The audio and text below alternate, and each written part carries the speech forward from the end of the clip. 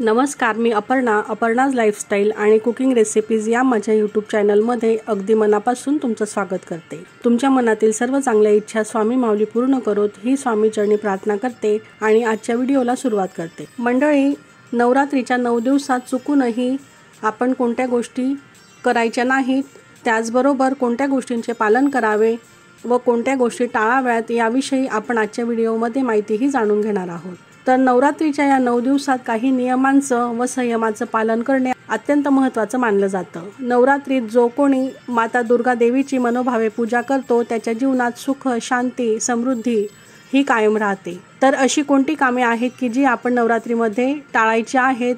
तर मंडळी, जर तुम्ही काही नियमांचं पालन केलं तर केलेल्या व्रताचं संपूर्ण फळ आपल्याला प्राप्त होतं। याबाबतीत आपण आजच्या व्हिडिओमध्ये सविस्तर माहितीही जाणून घेणार आहोत। त्यासाठी व्हिडिओ स्किप न करता पूर्ण पहा आणि तुम्ही जर आपल्या चॅनलवर नवीन असाल, तुम्हाला आपले व्हिडिओ जर आवडत असतील तर चॅनलला सबस्क्राईब नक्की करा। त्याचबरोबर बेल आयकॉनही क्लिक करा जेणेकरून नवीन व्हिडिओ अपलोड झाला की त्याचं नोटिफिकेशन सर्वात आधी तुम्हाला मिळेल। तर मंडळी, नवरात्रीचा सण हा स्वच्छता व पावित्र्याचं प्रतीक आहे। नवरात्रीच्या या 9 दिवसांमध्ये अनेक जणांच्या घरात घट बसलेले असतात, देवी विराजमान झालेली असते आणि आपण दिवसभर देवीच्या काही ना काही सेवा करत असतो। जसं की दुर्गा सप्तशतीचे पाठ असतील, अखंड दिव्यामध्ये तेल घालायचं असेल किंवा नैवेद्य असेल, देवीला आपल्याला माळ चढवायची असेल, अशा काही ना काही सेवा आपण दिवसभर करत असतो। त्यामुळे नवरात्रीच्या या 9 दिवसात आपण चुकूनही काळे कपडे परिधान करू नयेत, कारण नवरात्रीत काळा रंग हा पूर्णपणे वर्ज केलेला आहे। तरी या दिवसात आपण काळे वस्त्र चुकूनही परिधान करू नयेत। दुसरा नियम म्हणजे घटस्थापना केलेली असते। आपल्या घरामध्ये आपण अखंड दिवा प्रज्वलित केलेला असतो। साक्षात देवीचा सूक्ष्म स्वरूपात आपल्या घरामध्ये वास असतो। तर या दिवसात घरातील वातावरण मंगलमय ठेवायचं आहे। म्हणजे या दिवसात घरात भांडणं, तंटा, वाद, कटकटी, कोणालाही अपशब्द बोलणं आपण टाळावं। इतरांशी खोटं बोलणं किंवा वाद हे आपण टाळावेत आणि लहान मुलांवर रागावणंही या वेळेत आपण टाळावं, कारण या दिवसात चुकूनही आपण या सगळ्या गोष्टी करायच्या नाहीत। कारण इकडे आपण देवीची अगदी मनोभावे सेवा करत असतो आणि जर आपण असं वागलो तर आपण केलेल्या सेवेचं फळ आपल्याला कसं बरं मिळेल? त्यामुळे या 9 दिवसामध्ये आपण अगदी सात्विकता आणि संयमाला अधिक प्राधान्य हे द्यावं। त्यासाठी आपण असं न वागता सदाचाराने आणि आपलं वर्तन हे चांगलं ठेवावं। तसेच देवीला स्वच्छतेबरोबरच शांतता ही तितकीच प्रिय आहे, त्यामुळे या नियमांचं पालन आपण आवर्जून करावं। पुढचा नियम सांगायचा झाला तर आपल्या दारात जर गाय, कुत्रा, मांजर यापैकी कोणताही प्राणी आला तर त्यांना थोडंसं का होईना आपण काही ना काही खायला द्यावं, किंवा एखादी सवाष्ण कुमारिका आपल्या घरी आली तर त्यांना आपण काही ना काही खायला द्यावं किंवा हातावर थोडी साखर तरी ठेवावी, कारण या दिवसात देवी सर्वत्र वास करत असते। देवी कोणत्या ना कोणत्या रूपात आपल्या घरात येईल हे सांगता येत नाही, त्यामुळे कोणालाही रिकाम्या हाती आपण पाठवू नये। त्यांना काही ना काही हातावर अवश्य द्यावं। एखादी सवाष्ण जरी आली तरी तिला आपण हळदी कुंकू द्यावं, तिचा नमस्कार करावा, थोडी साखर तिच्या हातामध्ये ठेवावी। हा नियम आपण प्रकर्षाने पाळावा। पुढचा नियम म्हणजे आपल्या घरात घट बसलेले असतात, त्या दरम्यान आधी किंवा नंतर घरातील स्त्रीला जर मासिक धर्म आला तर घटस्थापना केल्यावर 2-3 माळी झाल्यावर जर मासिक पाळी आली तर घरातील दुसऱ्या कोणालाही घटाची पूजा, घटाला पाणी देणं किंवा माळ बदलणं हे आपण दुसऱ्याच्या हातून करून घ्यावं। तुम्ही मात्र तिथं चुकूनही स्पर्श करू नये, कारण देवीला स्वच्छता अतिशय प्रिय आहे। जर घरात पुरुष असेल तर घटाची पूजा त्यांनी केली तरीही चालेल। घटस्थापना केल्यावर जर मासिक पाळी आली तर विटाळाचे ते 5 दिवस पूर्णपणे आपण काटेकोरपणे नियम हे पाळावेत। जर आपण इकडे तिकडे फिरत बसलो तर शिवता शिवत होते असं म्हणतात, म्हणून शक्यतोवर 5 दिवस हे नियम आपण अगदी प्रकर्षाने काटेकोरपणे पाळावेत। एरवी आपण नियम पाळले नाहीत तरी चालतात, पण नवरात्रीमध्ये हे नियम आपण आवर्जून आणि कटाक्षाने पाळावेत। घटस्थापना म्हणजे कुलस्वामिनीची सेवा, म्हणून आपण काही नियम पाळणे तितकंच गरजेचं आहे। तसेच या दिवसात पुरुषांनी दाढी करू नये, नखे कापू नयेत, तसंच या दिवसामध्ये लिंबू खाणं तसेच कापणंही टाळावं। ही सर्व कामे नवरात्रीच्या आधीच आपण करून घ्यावीत। पुढचा नियम सांगायचा झालं तर नवरात्रीमध्ये आपण घरामध्ये अखंड दिवा लावलेला असतो। या दिवसात घराला कुलूप लावून कुठेही जाऊ नये।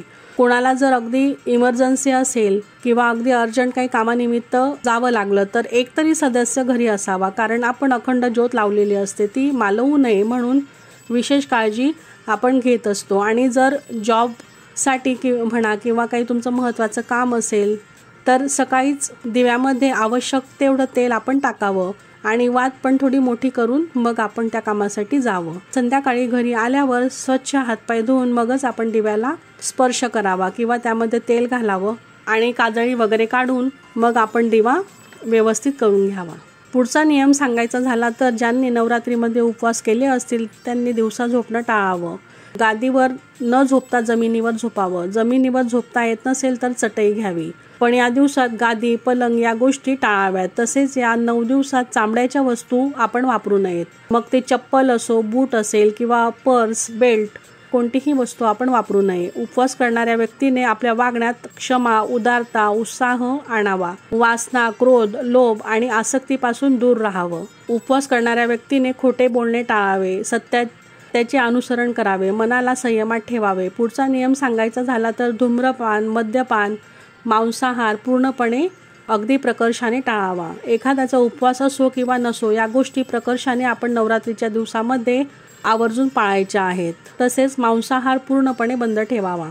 पुढचा नियम सांगायचा झाला तर महिलांचा अनादर करू नये। नेहमीच महिलांचा आदर केला पाहिजे। नवरात्रीत विशेष काळजी घेतली पाहिजे, कारण हा स्त्री शक्तीचा उत्सव आहे। यात माता दुर्गेचे 9 रूपांची पूजा आपण मनोभावे करत असतो। त्यामुळे हा सण आपल्या सभोवतालच्या महिलांचा आदर करणारा असावा। पण 9 दिवसच नाही तर देवी आईचे आशीर्वाद लाभावे म्हणून महिलांचाही आपण नेहमी आदर करावा। पुढचा नियम म्हणजे उपवास करणाऱ्यांनी या दिवसात कांदा लसूण खावे काय?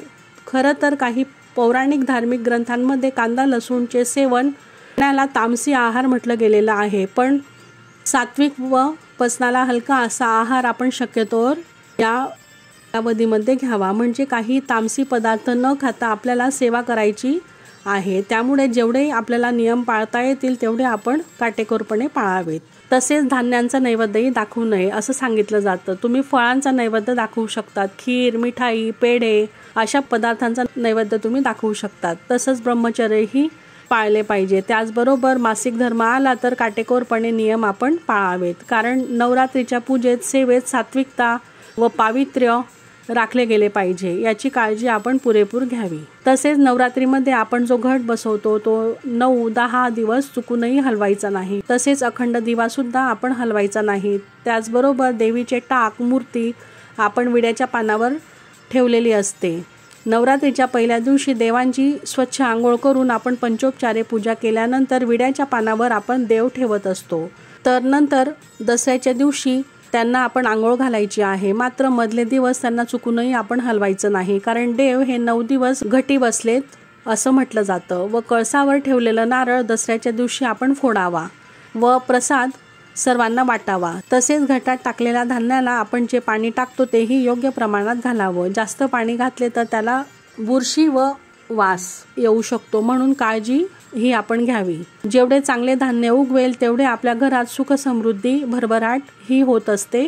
तो एक प्रकारे मातेचा आशीर्वादच आपल्याला प्राप्त झालेला असतो। त्यामुळे या बाबतीत आपण थोडी विशेष काळजी घ्यावी।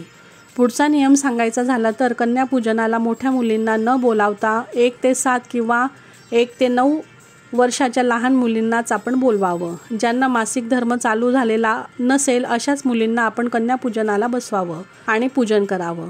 तर मैत्रिणींनो, अशा प्रकारे हे नियम आपण नवरात्रीच्या 9 दिवसामध्ये अगदी प्रकर्षाने पाळायचे आहेत। त्यामुळे आपण केलेल्या सेवेचं पूर्ण फळ आपल्याला प्राप्त होईल आणि माता जगदंबेची कृपा आपल्या संपूर्ण कुटुंबावर राहील आणि आपल्या घराची, आपल्या कुळाची उत्तरोत्तर प्रगतीही होईल। तर कसा वाटला आजचा व्हिडिओ, आजची माहिती कमेंट करून नक्की सांगा आणि अशाच माहितीपूर्ण व्हिडिओसाठी आपल्या चॅनलला सबस्क्राईब नक्की करा आणि तुमचे जर काही प्रश्न असतील तर ते तुम्ही कमेंटमध्ये विचारू शकता।